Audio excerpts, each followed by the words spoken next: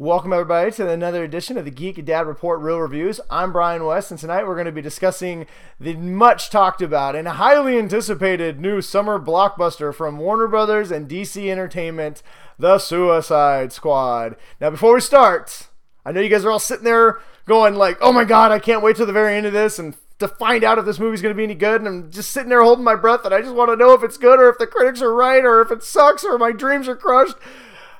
Everyone with me, take a breath.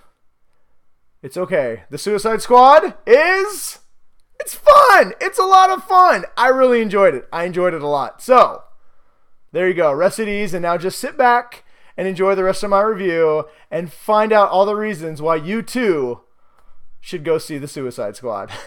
So first of all, what is The Suicide Squad? Well, The Suicide Squad basically asks one simple question. What would happen if Superman had gone bad and decided to rip the top off the White House and take the president? Could anybody in America stop him? That is the question that Amanda Waller, head of Argus, basically think like a CIA entity, like a way worse CIA entity of the United States government, asked the United States government. Basically, she wants to know what would happen if, Superman, even though he was good, had he turned bad. And now that, spoiler alert, Superman's dead, there is no Superman to stop an evil Superman from coming in and just, raining havoc on the United States. So her plan is that she's spent a lot of time and resources to assemble this group of supervillains, the worst of the worst, the terrible, meta-human, evil, superpowered freak shows, and locked them all away. And she has decided that she has come up with an idea that she could form them into a task group X, and send them on missions that are suicidal, aka why they're called the Suicide Squad. Basically, they go on these missions. If they survive, they get time knocked out their sentence. But if they try to escape, she's going to insert a little chip into the back of their head to make their heads go. And you know what? That does happen in this movie. Somebody's head goes kablooey. And I'll tell you something about Amanda Waller. That's a bad mother. Shut your mouth. She is not to be trifled with. But anyway, back on task. So, if you survive, you get time knocked out for sins. If you don't, your head explodes. If you fail the mission, your head explodes. If you try and run away, you guessed it, head explodes. So, government's not really for that idea. They think that's a bad idea. They don't want to, release some of the worst on society. But, spoiler alert, all hell breaks loose, and a situation arises that only the Suicide Squad can stop. So the government gives Amanda Waller the green light to assemble her Suicide Squad, and you guessed it, go on a suicide mission to stop this ultimate evil that only an eviler evil can stop. If this plot sounds kind of thin, it's because the plot is pretty much thin. This movie is not honestly about its story or its plot. It is about the aptly titled Suicide Squad. That is what carries this movie, and that is what this movie is really about. So, speaking of Suicide Squad, let's get to the Suicide Squad. The Suicide Squad consists of, here's our roll call. The movie does a roll call. We'll do a roll call too. Deadshot, played by the ever awesome Will Smith. And I just like to say for the record that this is the good Will Smith. This isn't like the bad Will Smith. This is like the Mike Lowry, like Welcome to Earth, Independence Day Will Smith. This isn't like the After Earth, M. Night Shyamalan totally wrecked his career Will Smith. So we got the good Will Smith back, and he is freaking awesome as Deadshot. He brings some much needed emotional impact to this movie, and he's such a good comedic actor that he will do and say things that aren't even designed to be funny, but because he's such a good actor, it makes them just funny and awesome. So Will Smith, I haven't seen a Will Smith movie that I really enjoyed in a long time, and it was great as a guy who grew up watching Will Smith to see him back. I was very, very happy to see him in a role that I very much enjoyed. So it is good. Welcome back, Will Smith. Welcome back. Also, killing it, crushing it in her role is Harley Quinn. Margot Robbie is the new Harley Quinn. Well, I guess the only Harley Quinn so far, and she is awesome. She's great.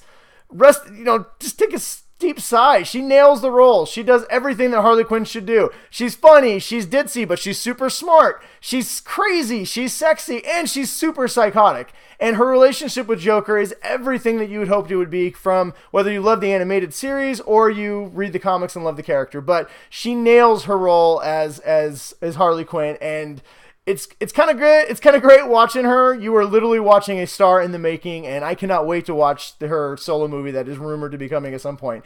Also in the Suicide Squad is, I never thought I would say this, but Jai Courtney is awesome. All right, Captain Boomerang. They finally found, Suicide Squad finally found a role for Jai Courtney that he could just throw himself into, nail, and he is so awesome. He literally steals almost every scene he's in. He doesn't have a lot of dialogue, but you know what? It doesn't matter because he's super funny and he makes everything awesome around him. So he's got a pink unicorn that he's obsessed with, people. It sounds a little Deadpool, but I'm telling you, it's actually really funny and I really, really enjoyed it. So that is something that I never thought I would say. Rounding out the Suicide Squad is Killer Croc, Diablo, Enchantress, Rick Flag, Slipknot, Katana. Honestly, they're all great for what they are, but I will say, they're mostly throwaway characters for the most part. It is the main leads that really move this movie along. The rest of Suicide is great for their how they bounce off each other. As a team, they work really, really well, and they're super funny. But individually, a lot of them are kind of paper thin and don't get the full story arcs that Harley Quinn and Deadshot get in this movie. They are clearly what this movie is about, and the rest are there to build the team dynamic. It was a little disappointing. It would have been fun to see them all get a little bit better story, a little bit better arcs. It would have given the movie just even a little bit more heart. This movie does have a lot of heart. I don't want to say it doesn't, but it would have given it more and more of an emotional, impactful feeling. But that being said, there's only so much you can do in 2 hours, and they introduce a lot of characters and a lot of world building and a lot of things in this. So the 2 hours are jam-packed full of stuff, so there's only so much you can do. But like I said, the rest of there is a few that are so paper thin that they're going to die, and people do die in this movie. Spoiler alert, I'm not going to tell you who, but when you watch the movie, I'm sure you'll guess it before it actually happens. So that being said, Suicide Squad is what moves this movie, and they are all really, really good. I know the other character that you guys are dying to know if he's good is Joker.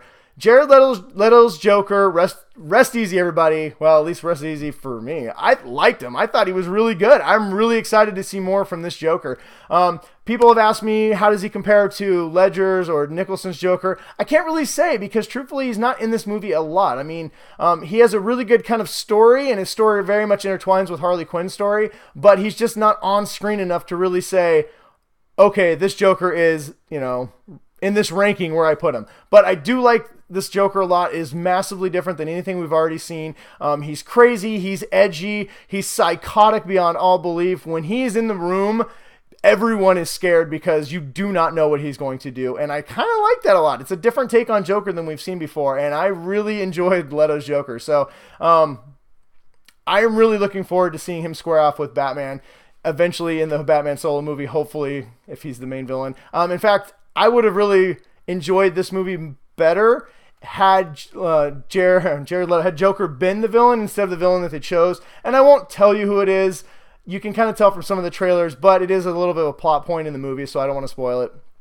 But I think Joker would have been a much better villain for this movie, just for the simple fact that the way his story intertwines, I think it could have made for a much stronger story. But that does kind of bring me to the few of the negative points of this movie. There's a lot of criticism of this movie out there. I am recording this after a lot of critics have already put their reviews up, and the elephant in the room is this movie is not being reviewed very well by a few people. One of their, some of the criticisms are very valid. One of the points is that, like I said, the villain that I talked about is not a strong villain.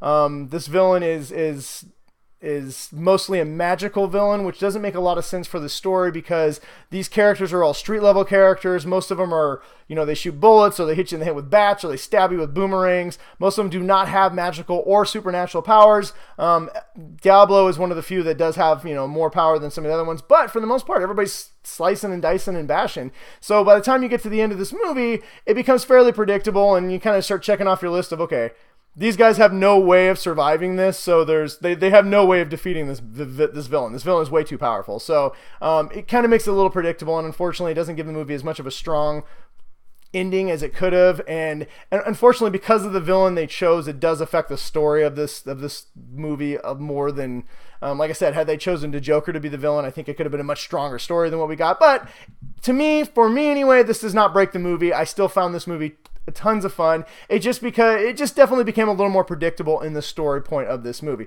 But luckily, this movie is not about the story. It is about the Suicide Squad, and I love the Suicide Squad. So, the other things that I didn't really like very much is a few of the Suicide Squad, like I said before, Katana especially really kind of got the shaft in this movie. You could have replaced her with a lamppost and probably got the same effect. She actually has no importance or relevance to this movie at all. You could take her out and it wouldn't have mattered. So I would have liked to see her get a little more story, but whatever. Like I said earlier, there's only so much time you could give people, and her character's cool. It just doesn't really do anything. And the last little thing that I didn't find this as a plot problem with the movie. I just kind of found it head scratching. Now, I'm a guy who loves disaster porn movies like 2012, Day After Tomorrow, so I don't necessarily mind this so much with these DC movies, but it is a little head scratching why every single one of these movies has to be an end of the world event type disaster going on at the end.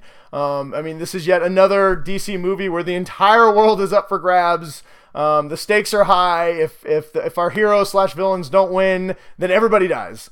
Which for this movie is a little problematic because we now have an established universe where you have a Flash and you have a Batman and a Wonder Woman. The very end of this movie, I kept thinking to myself, like, I feel like the Suicide Squad's a little in over the head. Maybe they should call in Wonder Woman, Batman, and the Flash to deal with this. So, I would like to see a little more personal story versus this giant end of the world.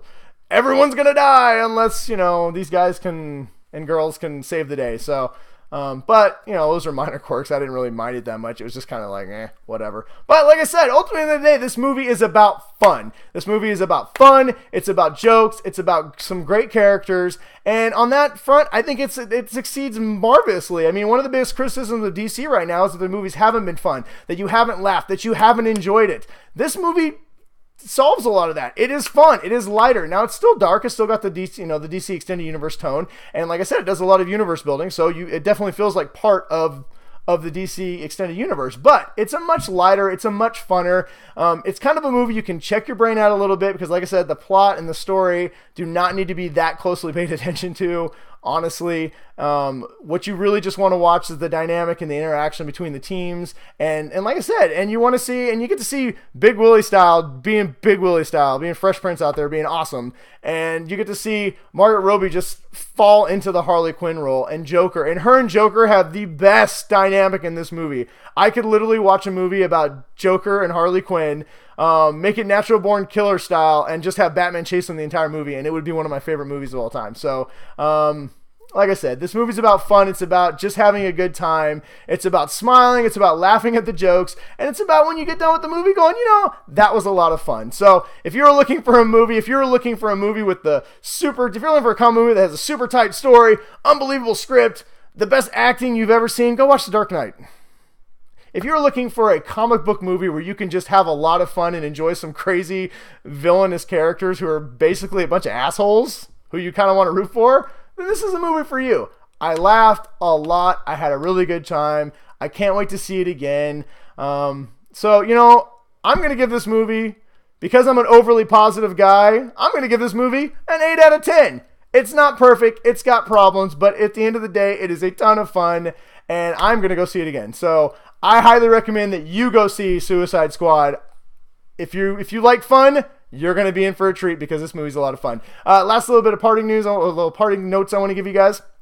One, this is not a Batman movie, so the marketing has been a little misleading. Batman is not in this movie as much as people want to lead on. He is in this movie.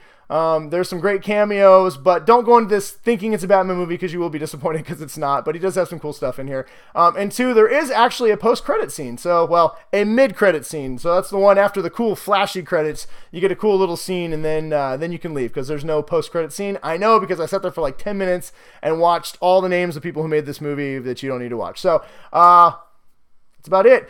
It's PG-13 for a reason. It's very adult. It is the DCU, so a universe, so it's a little darker than Marvel. I would not probably take your small children. There's a lot of suggestive material in this. But you know what? I'm not going to tell you how to parent or how to live your life. So if you feel like you should take your kids, then hey, who am I to tell you differently? But I probably will not take my younger kids to see this. I saw it in 3D. The 3D, take it or leave it. It's not bad, but it's not really, necessarily you have to see it in 3D. But, hey, whatever. Anyway, however you want to go see this, just go see this. Don't listen to people. This movie's awesome. I loved it. I thought it was great, and it's a ton of fun. So go see the Suicide Squad. 2 thumbs up, 8 out of 10. Later.